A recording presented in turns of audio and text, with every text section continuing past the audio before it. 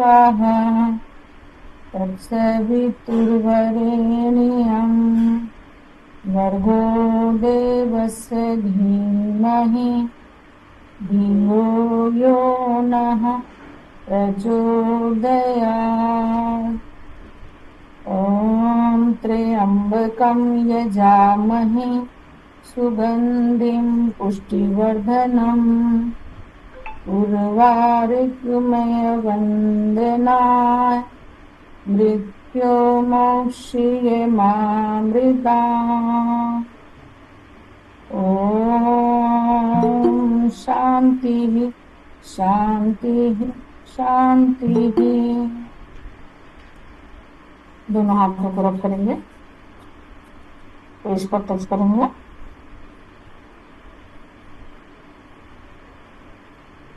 सभी को प्रणाम। जय श्री कृष्ण। मेरी ऑडियो और वीडियो क्लियर है? जय श्री कृष्ण मैम। जय श्री कृष्ण, जय Shri Krishna. Audio video clear? हाँ जी मैम, क्लियर है। ओके। आज सभी ने जितना भी बैक वाला था सभी ने रीड कर लिया था क्या? आज वीडियो कम ऑन है। चलिए ठीक है, नेक्स्ट हम लोग देखते हैं। पेज नंबर 27 ओपन कर लीजिए। पतंजलि योग सूत्र प्राप्त देखेंगे। व्यवहारिक ज्ञान से संपन्न पतंजलि का योग सूत्र उन लोगों के लिए मार्गदर्शक पुस्तक का कार्य करता है जो शाश्वत सत्य की खोज में जुटे हैं। खोज करने वाला साधक इसका अनुसरण और अभ्यास कर वास्तविक महात्मा बन सकता है। योग सूत्र एक दर्शन है जो खोज करने वालों को आत्मा का रूप प्रत्यक्ष तौर पर दिखा देता है। तो हमने आप लोगों को क्यों बोला था कि योग सूत्र दर्शन आप लोगों के लिए उपयोगी है? आप लोगों के लिए नहीं, सभी के लिए। मेरी आवाज सभी को क्लियर आ रही है क्या? आ रही है? क्योंकि सभी का वीडियो ऑफ है ना, तो इसलिए थोड़ा सा मुझे समझ में नहीं आ रहा कि शायद नेट इशू ना हो। और जहां अगर नेट इशू होगा आप लोग हैंड रेज कर देंगे ताकि मुझे समझ में, मैं थोड़ी देर वहां पर ब्रेक कर दूंगी। हाँ जी मैम, क्योंकि आप लोगों को समझना जरूरी है। तो पतंजलि योग सूत्र अपने आप में ही एक संपूर्ण ग्रंथ है, ठीक है। इसलिए हमने पहले डे 1 से ही हमने बोला है कि जो भी योग के साधक हैं, श्रीमद् भगवद गीता और पतंजलि योग दर्शन या सूत्र जो भी कह लीजिए, इसको अपने पास होना ही होना चाहिए। चाहे वो आप डिप्लोमा के विद्यार्थी हों और चाहे आप मास्टर्स के हों, चाहे आप पीएचडी के हों, चाहे वाईसीवी के हों, जिसके भी हों, ये होना ही होना चाहिए। और होने का मतलब ऐसा भी नहीं कि बस पैक करके बैग में रख दो। जब भी टाइम समय मिलता है आपको, जहां भी कहीं थोड़ी देर के लिए भी समय मिलता है, तो आप अनसेसरी मोबाइल ना चला करके आप उसको देखेंगे। कोई भी चीज होता है जब हम बहुत टाइम तक देखते हैं ना, तो देखने मात्र से हमारे अंदर ज्ञान भी आना शुरू हो जाता है। एक वर्ड तो पढ़ेंगे, एक लाइन तो पढ़ेंगे, है ना। उतना भी अगर आप पढ़ते हैं और देखेंगे 2-4 दिन 10 दिन, उतना ही अगर आप पढ़ते हैं तो 10 दिन के अंदर में आपकी चीजें थोड़ी सी जरूर क्लियर होंगी। हाँ, हैंड रेस कर रखा है आपने। नाम तो मुझे समझ में नहीं आ रहा है, पता नहीं क्या नाम है, मतलब ओके रामा कुछ ऐसा कर दिया, क्योंकि वहां पर और भी चीजें हैं ना, तो वो आपका नाम क्लियर दिख नहीं रहा है। चलिए, तो अपने आप में ही एक संपूर्ण है योग दर्शन। जिस व्यक्ति को अपने जीवन को चेंज करना है, बदलना है, अपने थॉट को बदलना है, खुद में परिवर्तन लाना है, वो पतंजलि योग सूत्र जरूर पढ़े, ठीक है। और पढ़ने का मतलब ये है कि उसको फॉलो भी करे, जो उसके यम नियम अष्टांग योग के बारे में है या प्राणायाम के बारे में जितने भी उसमें बताई गई हैं, उसके अकॉर्डिंग अगर आप चलते हैं, देखते हैं, करते हैं, तो निश्चित रूप से आप अपने लाइफ को चेंज पाएंगे। ये इसमें कहा गया है। इसमें असल में मतलब यही चीजें बताया गया है कि आत्म खोज, जो हमारे जीवन में घटनाएं घटती हैं, तो जितना 195 सूत्र है, वैसे तो 196 उसमें सूत्र है, लेकिन पढ़ने के लिए, बताने के लिए क्वेश्चंस में 195 ही आते हैं, ठीक है। उस क्वेश्चन को किसी मतलब 2 सूत्र को एक कर दिया गया है, इसलिए वो 195 उसको बोला जाता है, लेकिन कहीं कहीं 196 भी है। तो इस तरीके से अपने आप को पतंजलि योग सूत्र पढ़ करके योगी लोग जो हैं, कम से कम योग जो करते हैं, वो तो अपने जीवन को चेंज कर ही सकते हैं। बाकी जो नहीं करते हैं उनका हम कुछ गारंटी नहीं ले सकते, कुछ नहीं कह सकते। और गारंटी उन्हीं लोग की ली जाती है जो वाकई में कुछ काम करना चाहते हैं और काम करते हैं, तो उनके बारे में बताने में भी अच्छा लगता है, प्रत्यक्ष तौर पर वहां पर दिख जाता है पातंजल योग सूत्र। तो उसको जरूर आप लोग रखिए और पढ़िए। महर्षि पतंजलि एक संत हैं जो दूसरी शताब्दी ईसा पूर्व के दौरान कुछ समय रहे थे। इन्हें नागनाथ, गुणिका पुत्र, अहितापति आदि कई नामों से जाना जाता है। पतंजलि योग सूत्र नामक योग पर अपने ग्रंथ के लिए मशहूर। वह केवल योग के विज्ञान पर एक पदाधिकारी ही नहीं बल्कि एक वैज्ञानिक और डॉक्टर भी थे, जिनकी स्पष्टता और ज्ञान उल्लेखनीय है पतंजलि में। ठीक है, पातंजल योग सूत्र के साथ साथ में यहाँ पर बताया गया है कि वो एक वैज्ञानिक भी थे और एक डॉक्टर भी थे, यानी उन्होंने आयुर्वेद पर भी काम किया हुआ है। डॉक्टर मतलब उससे कि जो शरीर से, बॉडी से रिलेटेड जो डिजीज होते हैं उस पर भी उन्होंने काम किया, वो एक अलग पॉइंट हो गया। ठीक है, जब आप उठाएंगे कहीं, बहुत सर्च करेंगे, देखेंगे, मिलेगा, फिर वहां उसको पढ़ना। बस बताने के लिए बताया गया कि वो एक वैज्ञानिक भी थे और वो एक डॉक्टर भी थे। इस पातंजल योग सूत्र को जब आप देखते हैं, पढ़ते हैं, तो इसमें तो केवल जीवन को बदलने की बातें कही गई हैं। ठीक है, बाकी ये अलग कहीं भी क्या होगा अभी तक हमने नहीं पढ़ा है, लेकिन हाँ इतना जानते हैं कि 3 पातंजल लोग थे, मतलब नाम के थे, जिन्होंने ये काम इस पे कर रखा है। जब आगे आप पढ़ेंगे तब आपको समझ में आएगा। परंपरा के अनुसार महर्षि पतंजलि महाभाष्य ग्रंथ के भी लेखक थे, जो पाणिनि की अष्टाध्यायी पर एक प्रदर्शनी थी। हालांकि इस बात के लिए काफी बहस हुई कि क्या 2 कार्य योग सूत्र और महाभाष्य एक ही लेखक द्वारा। इसके अलावा परंपराओं की मान्यता है कि उन्हें एक चिकित्सा पाठ चरक प्रैक्टिस मास्क्राट का श्रेय जाता है, जो चरक के चिकित्सा ग्रंथ और संशोधन है। हालांकि यह कार्य खो गया है। ठीक है, तो इसको आप लोग यहाँ अंडरलाइन कर देंगे, जो थोड़े से मोटे वर्ड में लिखा होगा, चरक प्रैक्टिस मास्क्रास्ट। ठीक है, इसको थोड़ा सा आप ये कर देंगे कि इसके बारे में मुझे भी बहुत ज्यादा नॉलेज नहीं। मैंने अभी तक मतलब इतनी सारी ग्रंथ पढ़ लिए, योग का बहुत सारे ग्रंथ पढ़े, लेकिन इस चीज का कहीं मुझे भी वर्णन नहीं मिला, तो अभी इसके बारे में हम ज्यादा डिस्क्राइब नहीं कर सकते हैं। बाकी ये जो ग्रंथ है, महाभाष्य है, ये सब चीजें, अष्टाध्यायी का, पाणिनि का, ये सब पे हमने पढ़ा है, तो ये सारी चीजें जो है बिल्कुल सही है। इनका इस बात के लिए काफी बहस हुई है। तो ये जो सारी बताया गया ना कि महाभाष्य है और चरण प्राटिस्म क्रास्ट, तो इसमें बहस छिड़ी हुई है क्योंकि किसी को क्लियर कुछ पता नहीं है। हमारे पास जैसे कि अब ये ग्रंथ है, ठीक है, जो हमने बताया योग सूत्र ग्रंथ है, तो हम उसकी चर्चा कर सकते क्योंकि हमने खुद पढ़ा है उसको, और हमारे साधक भी जितने मतलब आ रहे हैं वो भी पढ़े हैं, तो इसलिए हम इसकी पूरी जानकारी दे सकते हैं। इसमें जो बातें लिखी हैं, जिस तरीके से समझाया गया है, ये प्रत्यक्ष है। लेकिन जो चीजें अब हमारे सामने नहीं आई है, प्रत्यक्ष नहीं है, तो अभी हम उसकी चर्चा वहीं पे छोड़ दें तो ज्यादा बेस्ट है। जब आगे कभी क्लियर होंगी और वो प्रचलन में आएंगी तब हम उसको देख लेंगे, है ना। इसमें काफी संशोधन किया गया है।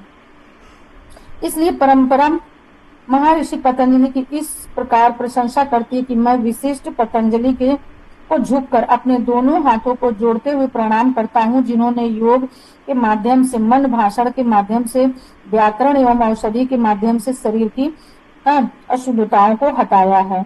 यानी यहाँ पर ये बताया गया कि जैसे कि अभी बहुत ज्यादा प्रमाणित तो नहीं हुआ, लेकिन जो लोग मानते हैं वो ये जानते हैं कि व्याकरण और औषधि के भी प्रेरणा है। कौन? महर्षि पतंजलि। तो इसलिए एक तो जीवन को बदलने की कला उन्होंने बता दी। अगर इस पुस्तक को आप पढ़ते हैं तो आपकी लाइफ बिल्कुल चेंज हो जाती है। दूसरा, उन्होंने व्याकरण बताया। व्याकरण के माध्यम से हम अपनी जो हमारी प्रोनाउंसिएशन की चीजें होती हैं, जो संस्कृत में, हिंदी में, ठीक है, उस चीजों को हम बहुत सही कर सकते हैं। आपने देखा होगा इंग्लिश पढ़ना फिर भी आसान है, लेकिन हिंदी पढ़ना बहुत मुश्किल है। हिंदी देखने सुनने में इजी लगता है, लेकिन हिंदी के जब वर्ड में अगर आप जाते हैं तो हिंदी बहुत टफ है ना, और संस्कृत उससे भी ज्यादा टफ है। तो इसलिए उन्होंने व्याकरण का भी मतलब रचना की है, तो जो लोग पढ़ करके उसको अपनी चीजें सही कर सकते हैं। औषधि में उन्होंने मतलब इसमें यहाँ चरक का नाम लिखा है ना, महर्षि चरक का, तो उन्होंने औषधियों पर भी काम किया है। जो बॉडी में हमारे बहुत सारे डिजीज हो जाते हैं तो उसके अलग अलग तरीके से डिजीजों पर उन्होंने औषधियों का निर्माण किया है, उसके बारे में लिखा है, निर्माण नहीं किया, उसके बारे में लिखा है, जैसे कि योग दर्शन लिखा है वैसे वो भी लिखा है। ठीक है, राजा भोज ने भी महर्षि पतंजलि की सराहना की है। आप ये जो यहाँ पर आप देखेंगे ना, योगेन चित्तस्य पदेन वाचा मलम शरीरम च वैद्यकेन, इसको अगर आप पढ़ेंगे और इसको समझेंगे, मैं पढ़ के भी बता देती हूँ, तो इसी से आप समझ जाएंगे कि इतना काम इन्होंने किया और उनको प्रणाम करते हुए ये वर्ड बोले गए हैं। मैं अच्छे से बोलती हूँ, आप लोग सुनेंगे। योगेन चित्तस्य पदेन वाचा मलं शरीरस्य च वैदिकेन योपाकरोतं प्रवरं मुनिना पतंजलि प्राञ्जलिरानतोस्मै। इसका मतलब ये हमारा एक प्रेयर भी है ना, हम पतंजलि जी को उनको प्रणाम करके और ये चीजें उनके बारे में बोल रहे हैं। और इसको ऐसे ही बोला जाता, जो जितने अच्छे स्वर में बोले, हालांकि मेरी वॉइस बहुत अच्छी नहीं है, ठीक है, बट हमने कोशिश किया है। तो इसी तरीके से ये एक तरह से प्रार्थना है, पतंजलि जी को समर्पित है। तो इसको भी आप लोग नोट डाउन कर, मतलब यहाँ पर मार्किंग कर लीजिए कि इसको जरूर याद कर लीजिएगा, और होना भी चाहिए। कहीं अगर आपको क्वेश्चन पूछ लिया जाए कि पतंजलि जी ने का जो प्रेयर है वो कौन सा है, तो वो यही प्रेयर है। मन की चित्त वृत्तियों को, योग से वाणी को देखेंगे, ध्यान से सुनेंगे। मन की चित्त वृत्तियों को, ठीक है, यहाँ पर मार्किंग कर देंगे। फिर योग से वाणी को, फिर व्याकरण से और शरीर की अशुद्धियों को आयुर्वेद द्वारा शुद्ध करने वाले मुनियों में सर्वश्रेष्ठ महर्षि पतंजलि को मैं दोनों हाथ जोड़कर नमन करता हूँ। इस श्लोक को योगाभ्यास के शुरू में गाया जाता है। ठीक है, तो जब भी आप लोग इसको करते हैं तो कोशिश करिए, याद हो जाएगा। 1 से 2 दिन लगेगा। किसी भी चीज को 4 से 5 बार अगर आप पढ़ते हैं तो वो चीजें याद हो जाती हैं। तो थोड़ा सा ध्यान दे देंगे, कहीं नोट डाउन कर लेंगे अपने टेबल पर, अपने वॉल पर, तो ये याद हो जाएगा। मैंने ऐसे लिख करके याद किया था, मुझे भी याद नहीं हो रहा था, बट अब याद है। तो याद करने का सबसे इजी जो है फॉर्मूला है, लिख करके उसको सामने रख लीजिए, आते जाते किचन में कहीं भी, तो उसको एक बार देखेंगे तो याद हो जाएगा। तो इसका कहने का मतलब है कि जो ये सूत्र, ये जो प्रेयर बोला गया है, ये महर्षि पतंजलि जी के लिए बोला गया है। और इसके नीचे इसका जो है आंसर, मतलब अर्थ बताया गया, मीनिंग बताया गया है। महर्षि पतंजलि काशी मंडल में 2री शताब्दी के दौरान रहते थे। महर्षि पतंजलि का जीवन समाधि मंदिर तिरुपत्तूर ब्रह्मपुरेश्वर मंदिर में है, ऐसा माना जाता है। ऐसा माना जाता है कि महर्षि पतंजलि जो है काशी मंडल के 2री शताब्दी, अब 2री शताब्दी तो बहुत पुराना हो गया होगा, ठीक है, उतना तो बहुत पीछे जाना पड़ेगा। तो वहां पर उनका मतलब निवास स्थान ऐसा कुछ माना जाता है, इस मंदिर में, तिरुपत्तूर ब्रह्मपुरेश्वर मंदिर में ऐसा माना जाता है। तो इसमें ज्यादा कुछ बताने की चीज नहीं है। अब नेक्स्ट देखेंगे। अच्छा, एक इनके जन्म के बारे में आपको बताया गया, तो मैं एक ऐसे स्पष्ट ऐसी बता देती हूँ, स्टोरी फॉर्म में बता देती हूँ, ठीक है। तो जैसे स्टोरी आप सुन लेंगे तो आपको पूरी चीजें एकदम बिल्कुल क्लियर हो जाएंगी। बाकी इसके इधर का भी मैं पूरा, ठीक है, स्टोरी में बाद में बताती हूँ। पहले आप ना जो दे रखा है योग सूत्र वगैरह, इसको समझ लीजिए। स्टोरी छोटी सी है, जैसे ही बताऊंगी तो ये पूरी चीजें आपको क्लियर हो जाएंगी। पढ़ के बताऊंगी तो शायद कम क्लियर होंगी। इनकी स्टोरी मुझे पता है तो मैं उसको अपने हिसाब से आपको बताती हूँ। पहले इनके सूत्र देख लेते हैं। महर्षि पतंजलि योग सूत्र क्या है, ठीक है। तो ये जो जितने भी हैं सूत्र सारे इसी में मिल जाएंगे। 195 सूत्र हम मान करके चलते हैं, बट है 196, लेकिन 196 को नहीं लिया जाता है कहीं, मतलब 1-2 जगह ऐसी जगह है मेंशन, बाकी इसमें 195 सूत्र ही है। 2 सूत्र को एक जगह कर दिया गया तो 195 सूत्र हो गए।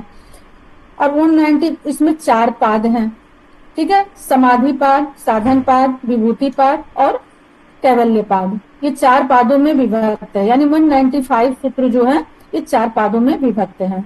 तो इसको अलग अलग देख लेते हैं।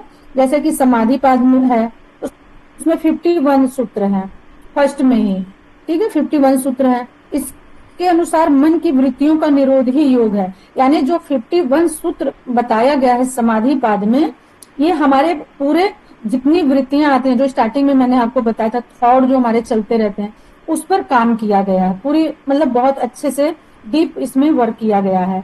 वर्क मतलब जब आप इसको पढ़ेंगे, जैसे कि एक चीज और हमने चित्त प्रसाधन बताया था, मैत्री सॉरी चित्त प्रसाधन, हाँ मैत्री करुणा मुदिता बताया था ना, वो भी इसी में है। वन समाधि पाद में 33 नंबर का सूत्र है। तो उसमें भी आप देखेंगे तो अपनी वृत्तियों को हम कैसे खत्म कर सकते हैं, तो पूरी इसी पर वर्क किया गया। अलग अलग चीजों में इसको बताया गया है कि कैसे हम चित्त की वृत्तियों का निरोध कर सकते हैं, और प्लस इसमें अपने प्राणायाम से कैसे कर सकते हैं। तो जब इसको आप पढ़ेंगे पूरी डेफिनेशन के साथ में और अर्थ के साथ में, तो आपको समझ में आएगा। नेक्स्ट देख लेते हैं समाधि पाद। इसमें सॉरी साधन पाद, साधन पाद देख लेते हैं। इसमें 55 सूत्र हैं। इसमें बताया क्रिया योग क्या है और उसके अंगों का वर्णन इसी पाद में शामिल है। तब स्वाध्याय ईश्वर प्राणिधान, ठीक है। क्रिया योग क्या हो गया, क्रिया योग के माध्यम से हम ईश्वर की प्राप्ति कैसे कर सकते हैं। तो ईश्वर की प्राप्ति कब होगी, जब हम अपनी सांसों को अपने चित्त की वृत्तियों को डिजॉल्व करेंगे, खत्म करेंगे, तभी तो हम वहां तक परमात्मा तक पहुंचने का रास्ता निकाल पाएंगे।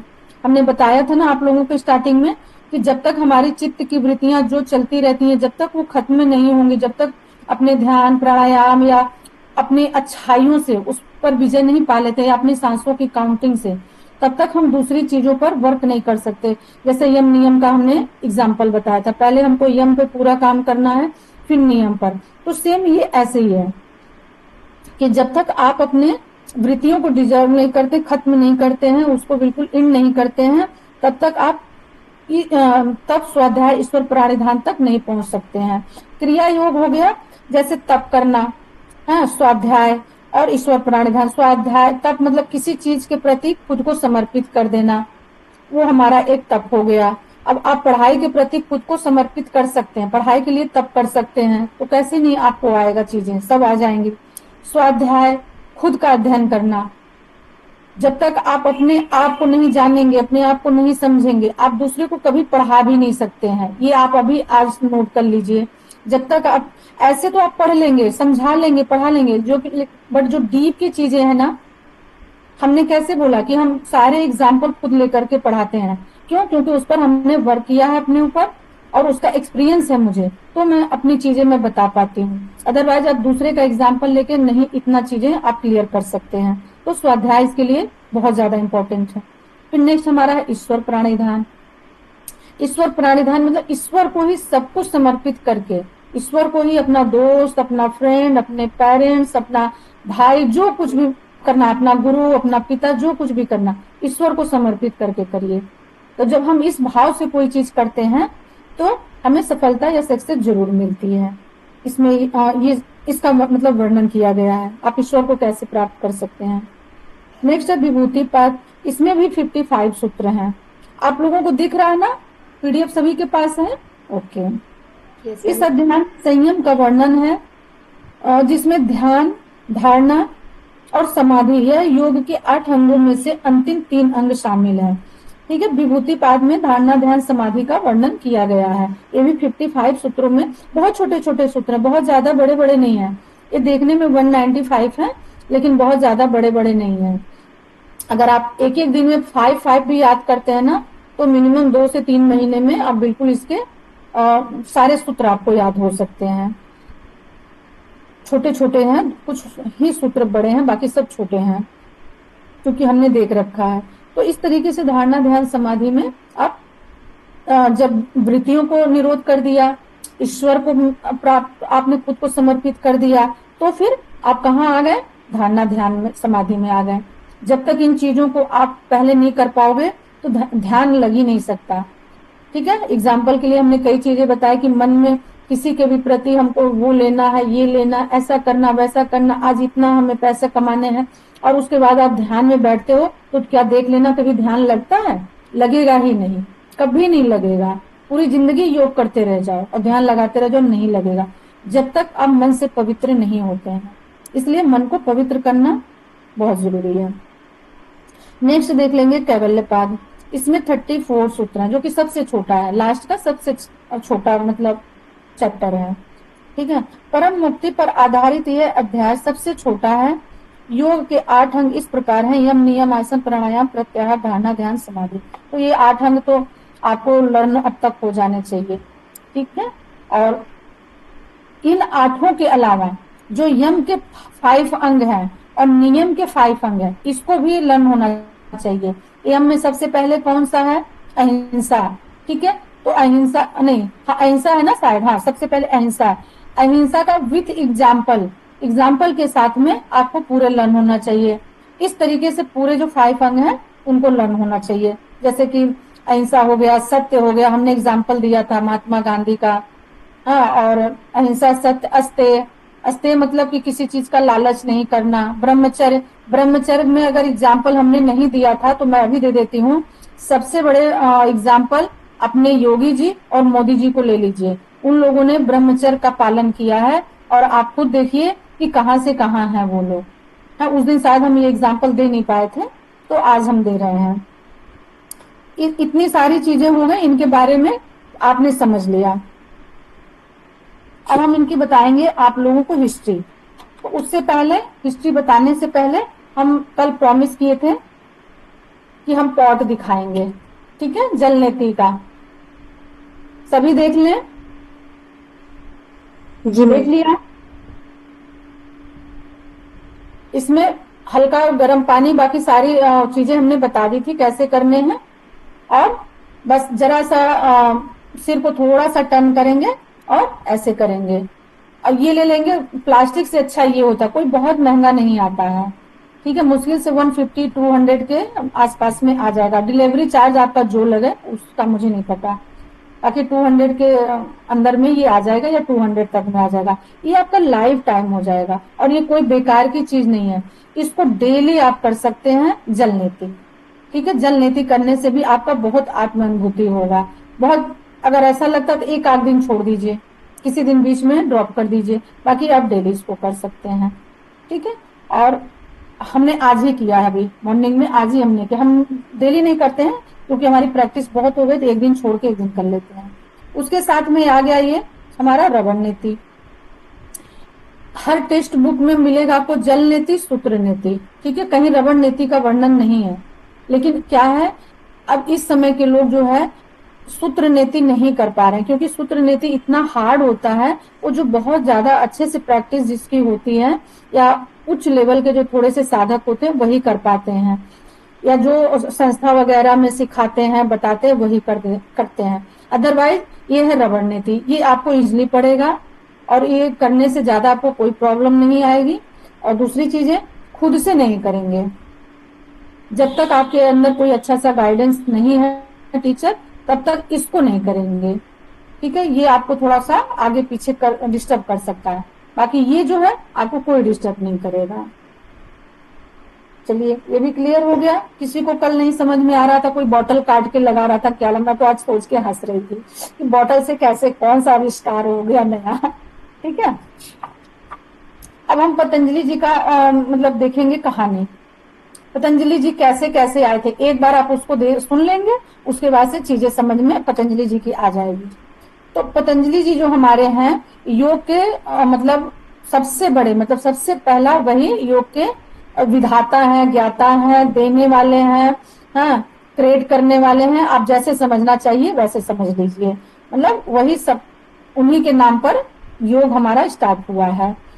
तो सबसे पहले ये चीज हो गई। दूसरी चीज है, उनके जन्म के बारे में पर्टिकुलर किसी को नहीं पता है कि वो कब पैदा हुए, कब आए, कब गए, किस रूप में आए, कैसा रहा उनका जीवन काल, ये किसी को अभी तक नहीं पता है। बहुत सारे इसमें कंफ्यूजन है, अलग अलग लोग अलग अलग मत अपने व्यक्त करते हैं। तो कहा जाता है कि बहुत टाइम पहले ऐसा कुछ एक समय आया था जहां पर बहुत सारे ऋषि मुनि जो हैं भगवान जी के पास में गए। लोग बीमारियों से, दुखों से परेशान हो रहे थे, तो भगवान विष्णु जी के पास में गए। तो वहां उन्होंने ऐसा बोला कि कुछ ऐसा मुक्ति का उपाय बताइए कि जिससे हम खुद से ही अपने शरीर को, अपने बॉडी को सही कर सके। तब उन्होंने कहा कि चलिए ठीक है, हम ऐसा कुछ इंतजाम करते हैं। तो फिर महर्षि पतंजलि से बात हुई, तो फिर वो आने के लिए रेडी हो गए, धरती पर आने के लिए रेडी हो गए। बट उनकी एक ही शर्त थी, ये शर्त थी कि कम से कम 1000, ठीक है, 1000 ऐसे मतलब स्टूडेंट हुए, एज ए स्टूडेंट मतलब महात्मा लोग, जो साधु संत होते हैं ना, योगी लोग, उस टाइप के लोग हों, कम से कम 1000 होंगे, तब मैं अपनी ये चीजें बताऊंगा, योग के बारे में बताऊंगा। तो सभी लोगों ने मिल करके आपस में, जितने हमारे ऋषि मुनि लोग थे, उन लोगों ने डिसाइड किया कि चलो 1000 एक जगह हम इकट्ठा हो जाते हैं। एक जगह वो लोग इकट्ठे हो गए।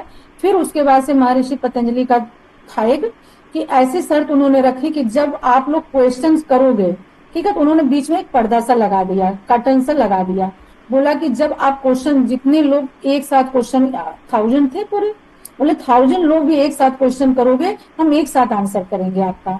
ठीक है, आप लोग अपना जो भी पेन पेपर है वो ले लेना। पहले पेन पेपर तो होते नहीं थे, भोजपत्र वगैरह पे ऐसे कुछ लिखा जाता था पहले की, ऐसी माने सबको पता भी है जिन लोगों ने पौराणिक चीजें पढ़ रखी है।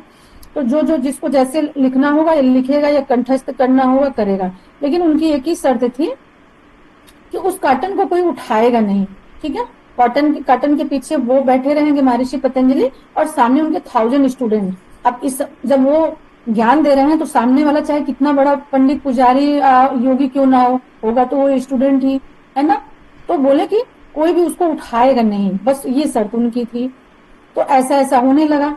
उसमें से किसी एक व्यक्ति को ऐसा हो गया कि उनको वॉशरूम आ गया। तो वो, और ये भी शर्त थी कि जब तक ये हम जितनी देर ये चलेगा, मतलब क्लास चलेगी, उतनी देर कोई रूम से बाहर नहीं जाएगा। तो सभी ने बोला ओके ओके ठीक है, सारी चीजें उनकी मान ली गई। लेकिन उसमें से एक व्यक्ति निकल करके बिना बताए वॉशरूम चला गया, और बाकी लोग क्वेश्चन करते रह गए। तो उसमें से कोई एक ऐसे खुराफाती दिमाग के रहे होंगे, मतलब पहले भी लोग थे, अभी भी हैं और आगे भी होंगे, है ना। 100 में से सबसे एक्सपेक्ट नहीं की जा सकती है, उसमें से कुछ लोग सुनेंगे, कुछ लोग नहीं भी सुनेंगे, तो ऐसा भी होगा। तो कोई ऐसे माइंड कर रहा होगा कि देखिए नीचे क्या हो रहा है। तो जब आपके सामने शर्त रख दी गई कि आप ऐसा नहीं करेंगे, तो नहीं करना चाहिए। लेकिन फिर भी होती है ना एक उत्सुकता, एक जानने की, कि देखते हैं क्या हो रहा। बस ऐसे जैसे उन्होंने पर्दे उठाए, कर्टन उठाए, वैसे सारे लोग जल करके खत्म हो गए। 1000 में से एक छोड़ करके बाकी सबके सब वहीं पे मतलब जल गए, भस्म हो गए। इतनी तीव्र उनकी शक्ति थी। और यही उनका सर था कि कोई ऐसा करेगा नहीं, इस कार्टन को नहीं उठाएगा, रूम से कोई बाहर नहीं जाएगा जहां वो भाषण दे रहे हैं। तो ऐसा हुआ। तो जो व्यक्ति बाहर गया था वो तो बच गया, ठीक है, जो वॉशरूम के लिए गया था वो बच गया। बाकी के जो लोग थे उसमें, उस सब के सब जल के भस्म हो गए, उसमें से कोई नहीं बचा। फिर वो जब पतंजलि जी आए, उनको तो पता ही लग गया। फिर वो अपना असली रूप धारण में आए तो देखे वहां सब कुछ जल करके भस्म हो चुका है, कुछ भी वहां बचा नहीं। थोड़े मोड़े वो पत्ते वत्ते बचे होंगे जहां पर भोजपत्र पर वो लिखे होंगे योग के बारे में। वहां सारी चीजें योग से ही रिलेटेड थी, कुछ मेडिसिन से रिलेटेड थी, ये सारी चीजें थी। जो व्यक्ति बाहर चला गया था वो आता है, और वो नजारा देख करके वो बिल्कुल भयभीत हो गया, डर सा गया। तो फिर उन्होंने पतंजलि जी के पूछा कि ये क्या हुआ। तो उन्होंने बताया कि भाई जो मेरी ये शर्त थी उसकी अवहेलना हुई, तो जिसके कारण से ये चीजें हो गई, ये सब खत्म हो गए।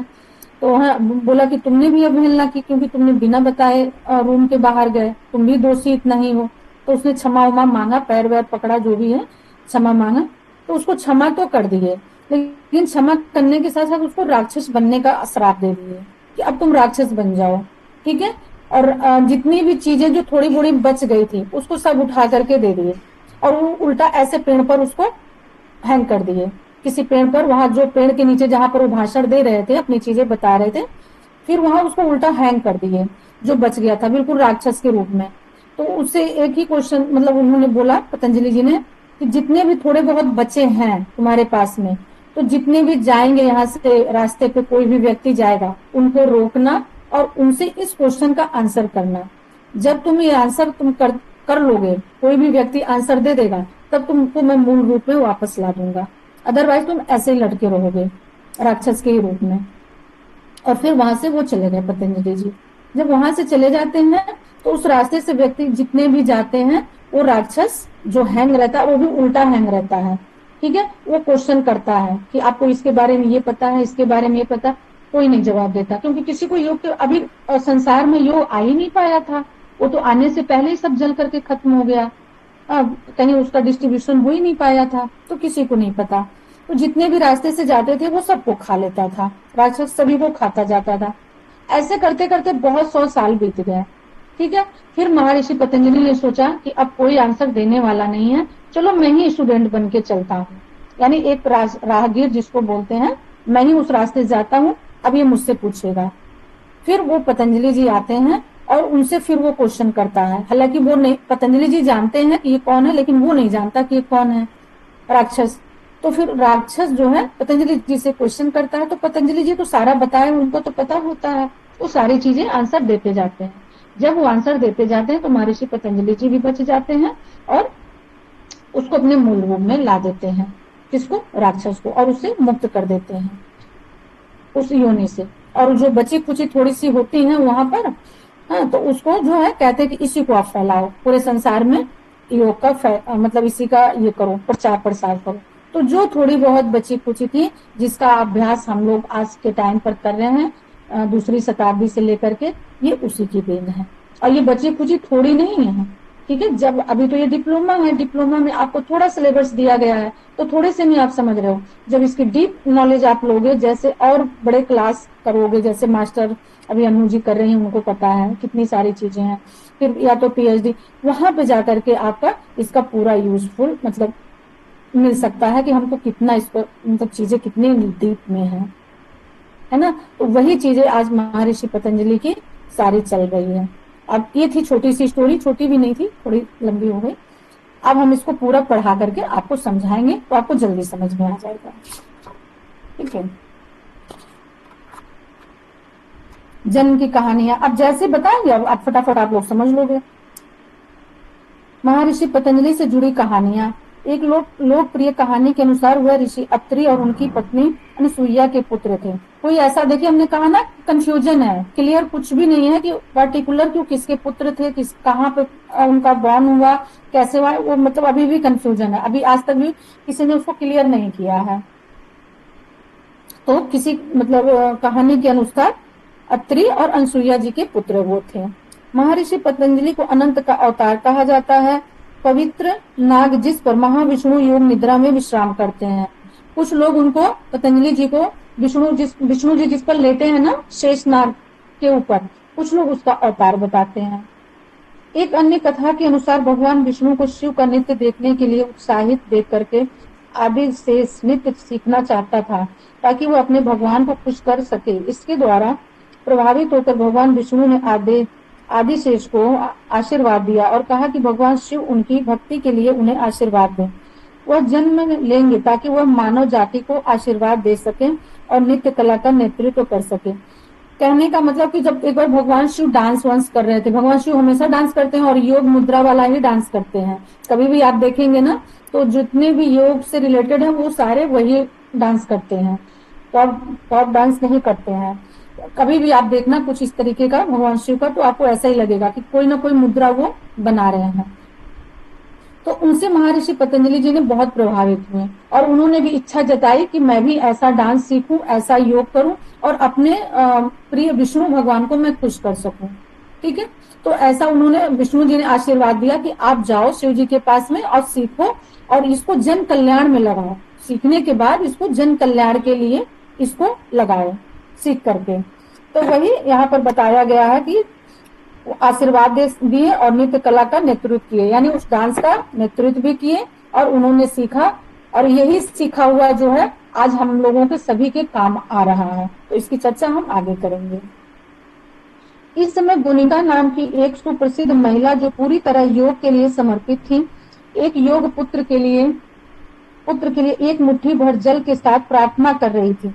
जब उसने एक छोटा सा सांप उनके हाथ में घूमता देखा, वह सांप एक मानव रूप में बदल गया।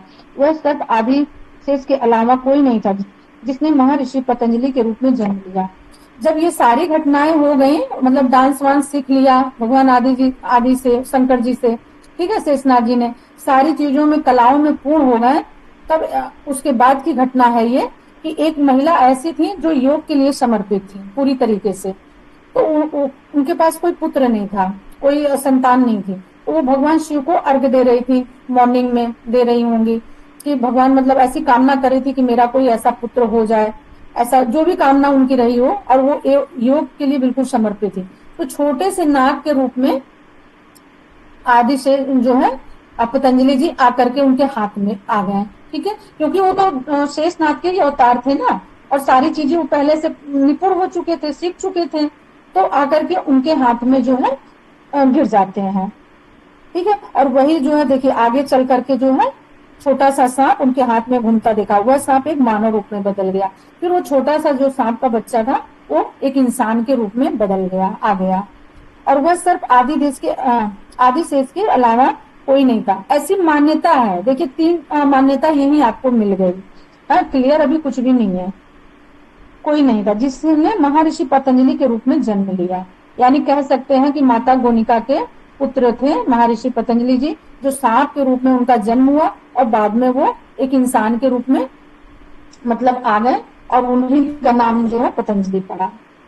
जहां तक जन्मभूमि की बात रही, परंपरा कहती है कि वह किसी भी साधारण स्थान पर पैदा नहीं हुए थे, यानी वो तो जिस पर भगवान विष्णु जी लेटते हैं, सैया उनकी है, तो ये भी बात सही है कि वो कहीं साधारण जगह तो सच में नहीं जन्म लेंगे, ऐसी जगह लेंगे जो पवित्र स्थान होगा, या जो बहुत लोग योग के समर्पित होंगे, पवित्र लोग होंगे, वैसी जगह ही वो जन्म लेंगे, ये तो बिल्कुल सीधी सी बात है।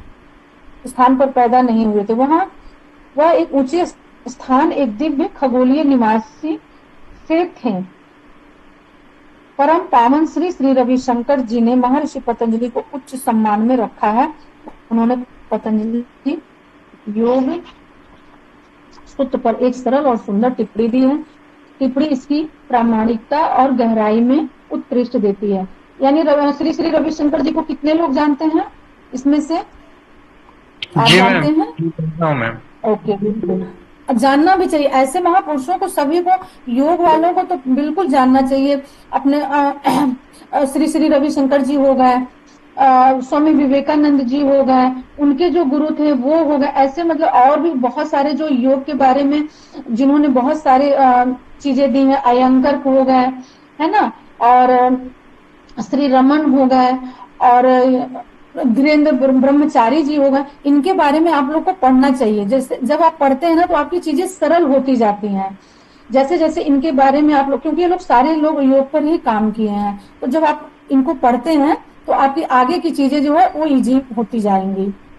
और जितना भी आप पढ़ेंगे आपको लगेगा अभी हमने कुछ भी नहीं पढ़ा, अभी बहुत कम पढ़ा है। ये जिज्ञासा जैसे आपके अंदर आएगी उतनी ही आपका नॉलेज भी है डीप होता चला जाएगा। कभी अयंगर को पढ़ लीजिए, कभी श्री श्री रविशंकर जी को पढ़ लीजिए, दयानंद सरस्वती जी को पढ़ लीजिए, इनके जो गुरु थे उनको पढ़ लीजिए, और भी ऐसे हैं, शिवानंद है ना, शिवानंद सरस्वती, दयानंद सरस्वती को देखिए, पढ़िए, हाँ, तो आपकी जितनी भी सोई हुई ब्रेन है वो सब ओपन हो जाएगी। एक दो बार उनको पढ़ करके देखिए, सर्च करिए यूट्यूब पर, उनका बुक लेने की जरूरत नहीं है, आजकल सब कुछ अवेलेबल है हमारे पास में, तो उनको सर्च करिए, देखिए स्वामी दयानंद सरस्वती जी को, उनको जरूर एक बार पढ़िए, तो आपकी जो चीजें है ना योग से, जो जितने कंफ्यूजन या जो भी है सब क्लियर होते चले जाएंगे। तो रविशंकर जी ने इनके बारे में इतनी सारी अच्छी चीजें बताई हैं, उन्होंने भी टिप्पणी दिया है, प्रमाणित किया है कि महर्षि पतंजलि सर्वश्रेष्ठ उत्कृष्टता पर मतलब थे। पतंजलि योग सूत्र क्या है? पतंजलि योग सूत्र में महर्षि पतंजलि ने विभिन्न ध्यान पारायण अभ्यासों को सुव्यवस्थित कर उनको सूत्रों में संबंधिता किया है। यह योग सूत्र के 8 अंगों को दर्शाते हैं, जिसमें से कुल 195 सूत्र हैं, जिसमें 4 पदों में विभक्त है। ठीक है, तो यहाँ तक तो कुछ समझाने की जरूरत ही नहीं है, बस 8 अंग वही हमारे हो गए, यम नियम आसन प्राणायाम, इसी के माध्यम से उन्होंने जीवन को परिवर्तित करने के लिए, जीवन को सुधारने के लिए योग अभ्यास कैसे करते हैं, यानी यम से लेके समाधि तक की सारी चीजों को इसी में पिरो दिया है। और जिसने इस चीज को समझ लिया उसने अपने जीवन को सुधार लिया। अब ऐसा नहीं है कि इतनी सारे भाषण लेक्चर आप सुनो, अब पता चला आप जिस स्टेज पे थे आप वहीं के वहीं हैं, एक पॉइंट भी अपने आप को चेंज नहीं कर रहे हो, तो उसमें पतंजलि जी भी कुछ नहीं कर सकते और पढ़ाने वाला भी कुछ नहीं कर सकता है। तो चेंज करना है तो खुद में सारी चीजें, बाकी यहाँ तक हमने आपको पढ़ा दिया है। नेक्स्ट यहाँ से पौराणिक कथा, जिसको भी हम पढ़ाएंगे वो तो एक स्टोरी के फॉर्म में आपको बताए थे, इसको पढ़ के बताएंगे। बहुत समय पहले की बात है, सभी ऋषि मुनि भगवान विष्णु के पास पहुंचे और बोले, 1 मिनट, हाँ, पानी पी करके आते हैं।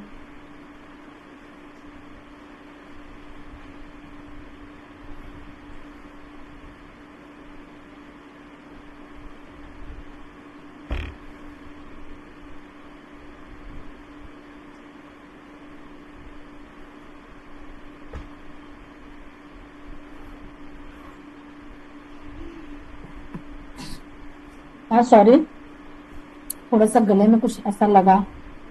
ठीक है, बहुत समय पहले की बात है, सभी ऋषि मुनि भगवान विष्णु के पास पहुंचे और बोले, भगवान, अपने धन्वंतरी का रूप लें और शारीरिक रोगों के उपचार हेतु आयुर्वेद दिया, पर अभी भी पृथ्वी पर लोग कम क्रोध और मन की वासनाओं से पीड़ित हैं। इनमें मुक्ति का तरीका क्या है?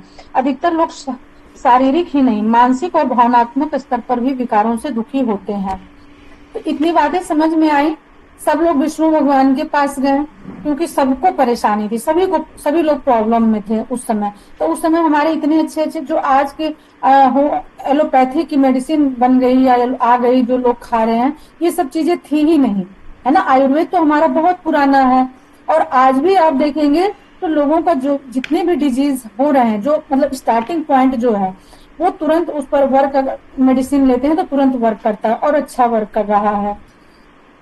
तो एलोपैथी का जो है, आप खा तो रहे हो मेडिसिन, सारी चीजें ठीक है, थोड़ी देर के लिए वो सबको, ये सारे लोग, आप लोग भी इतने अवेयर हो कि जो एलोपैथी का मेडिसिन ले रहे हो, वहां कहीं ना कुछ ऐसा प्रॉब्लम वो दे रहा है कि जो आगे चल करके आप लोगों को नहीं, मतलब जो लोग खा रहे हैं उनकी बात करेंगे, मैं अपना वर्ड वापस लेती हूँ। ठीक है, जो लोग मेडिसिन पर, एलोपैथी के मेडिसिन पर डिपेंड है, वो कुछ टाइम के बाद, 2 साल 4 साल के बाद, वो ऐसे बीमारियों के मतलब बन जा रहे हैं, ले रहे हैं, खुद भी इनवाइट कर ले रहे हैं, जैसे किडनी से रिलेटेड हो गया, हाइपरटेंशन से रिलेटेड हो गया, या कोई स्किन डिजीज ऐसा हो जा रहा है कि मतलब कुछ ना कुछ ऐसा हो रहा है कि जो सूट नहीं कर रहा है। हालांकि इनिशियल स्टेज पर वो काम कर रहा है, लेकिन बाद में जाकर के वो कहीं ना कहीं प्रॉब्लम दे रहा है।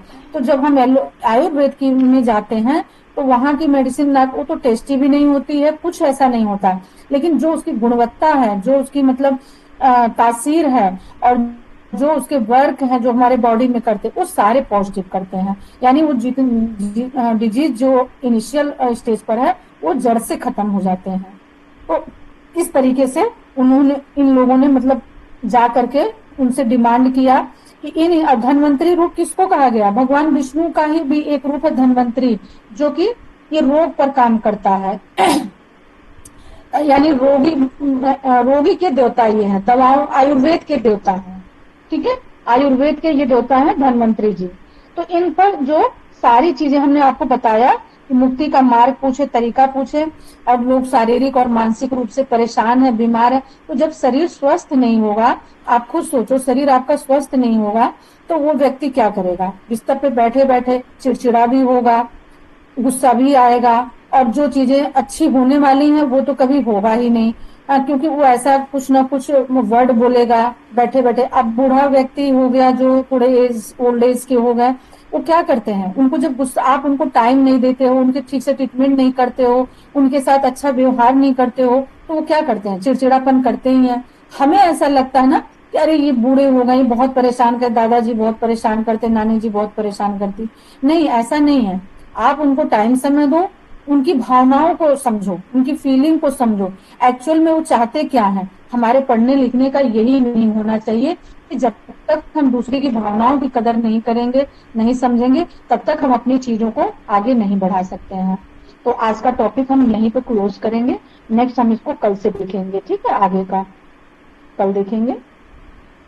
अब किसी की क्वेरी हो तो वो पूछ सकता, क्योंकि बिल्कुल टाइम के अकॉर्डिंग चलना है, और भी क्लासें होती हैं तो ज्यादा टाइम नहीं ले सकते हैं। किसी की कोई क्वेरी? विश्वनाथ जी, आपकी कोई क्वेरी? नहीं है। गोपाल जी? मैम केवल्य पद है, इसको फिर से थोड़ा समझा दीजिए। कैवल्य पाद? अच्छा, कैवल्य पाद बहुत छोटा सा पाद है, उसमें ज्यादा नहीं, 34 सूत्र हैं, और उसमें मतलब हमारी औषधियों से भी रिलेटेड चीजें बताई गई हैं कि मतलब उसमें कैसे चीजें सही की जा सकती हैं। इसका पहला ही सूत्र है मंत्रा तब्जा सिद्धि। एक सेकेंड। हाँ, जन्म जन्म औषधि मंत्र तब्जा समाधि सिद्धियां, यानी हम इसमें ये बताया गया है कि इनसे भी मंत्र से, औषधि से और तप से हम सिद्धियों को प्राप्त कर सकते हैं। तो मंत्र से आपको पता ही है, औषधि से किसने सिद्धियां प्राप्त की हैं? कोई बता सकता है? अभी हमने पढ़ाया है पीछे, कोई बता सकता है? ऋषि चैमन, ठीक है, ऋषि चैमन थे ना, वो औषधि से अपने आप को ठीक कर लिया था। उनकी बॉडी इतनी गंदी हो गई थी, इतनी बेकार हो गई थी किसी डिजीज की वजह से, जिसमें उनकी चलने फिरने की शक्ति खत्म हो गई थी, उनका प्राण वायु कम हो गया था, बहुत मतलब एकदम बिल्कुल वो ऐसे स्टेज पर थे कि उनको कुछ समझ में नहीं आया। फिर उन्होंने क्या किया, औषधि के माध्यम से, ठीक है, औषधि से मतलब इतना उस पर वर्क किया उन्होंने कि ऐसी औषधि का निर्माण कर दिया कि वो अपने बॉडी को बिल्कुल फिट कर लिए। और आज जो हम च्यवनप्राश खाते हैं ना, आप लोग खाते हो ना च्यवनप्राश, वो चैमन ऋषि के ही नाम पर पड़ा हुआ है। तो उससे भी उनको सिद्धि प्राप्त हुई। तो हमें सिद्धियां बहुत तरीके से प्राप्त हो सकती है, इसमें सिद्धियों के ही बारे में भी बताया गया है, ठीक है, कैसे कैसे आप सिद्धियों को अपना प्राप्त कर सकते हैं। तो समाधि से भी सिद्धियां मिलती हैं, ठीक है, जन्म से भी सिद्धियां मिलती हैं, औषधि से भी मिलती हैं। इसमें हम कुछ नाम आपको नोट करवा देते हैं, बता देते हैं। 3 मिनट और हम बात करेंगे आपसे, जैसे कि कपिल, ठीक है, वेद व्यास, सुखदेव आदि, ये सारे इसमें आ जाएंगे।